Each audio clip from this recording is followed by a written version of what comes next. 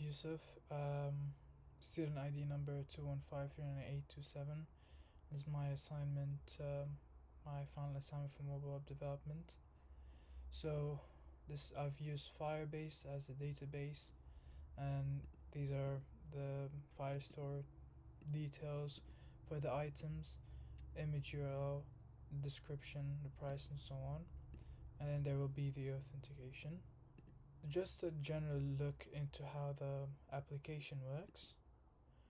Let's start with register. So you can click on this button, move between login and register. We'd enter the name, email,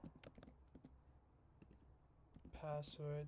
Let's say password does not fit criteria, for example.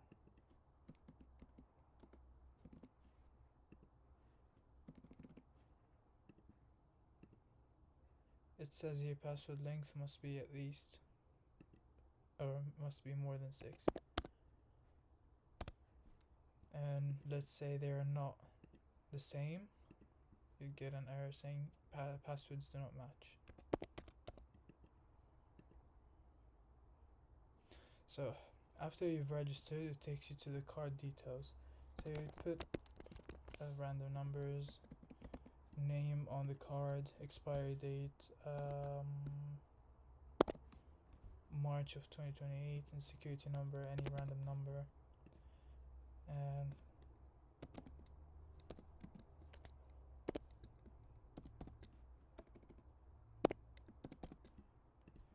and save details.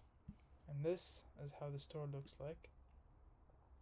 You have the product image, on the left you have the title and details, and you can scroll through them, and this profile button takes you to this page where you can modify any of the details you want. But let's say now I would want this Kizu. It first of all starts with giving you the price of it. If it was 1 unit, then you can increase the units and you can add to cart, and it'll take you back to here. But let's say I'm here and I don't want to add anything to cart, I'll just press return. So now the final thing would be, once you reach the cart, if you have click checkout and your order has been placed. That's as far as the interface goes. And since we've already created a username and password, sorry, email and password, let's try logging in instead this time.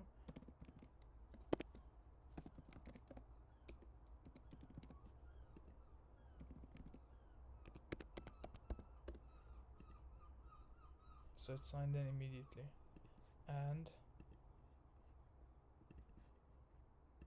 if we refresh here, it's been added right here.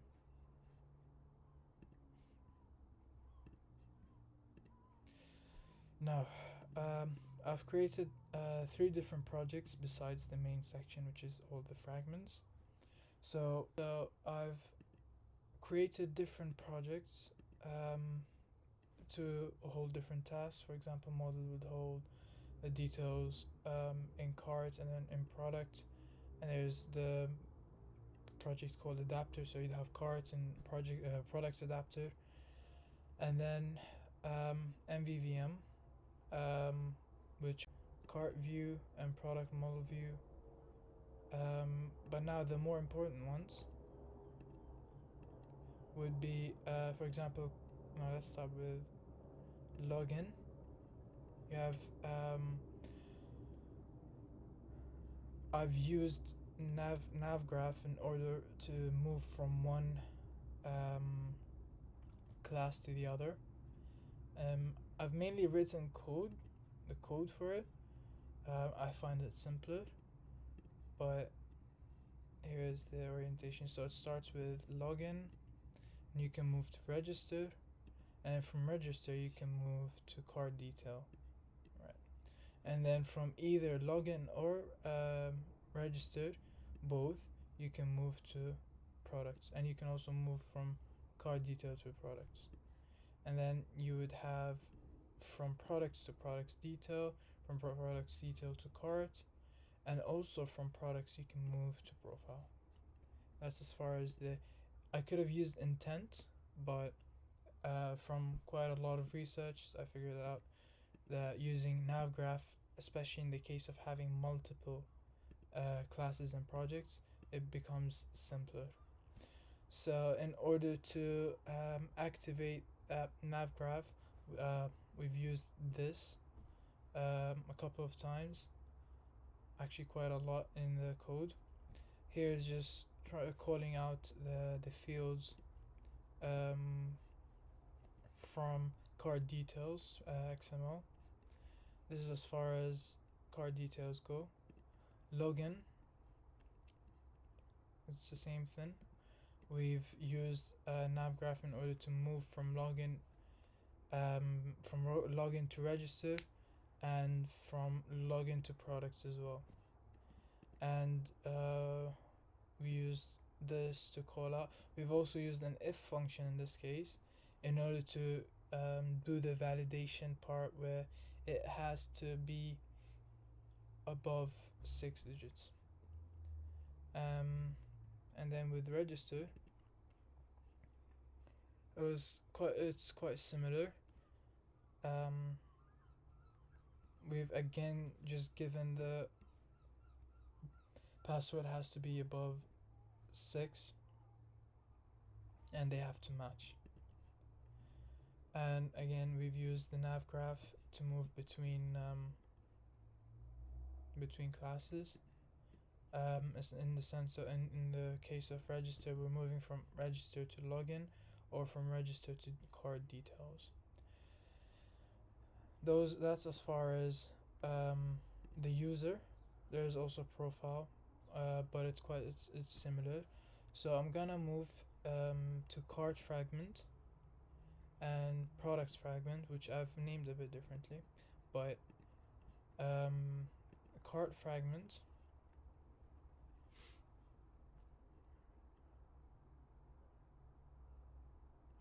A cart fragment is using the cart layout, which I won't get into detail with XML since it's not required.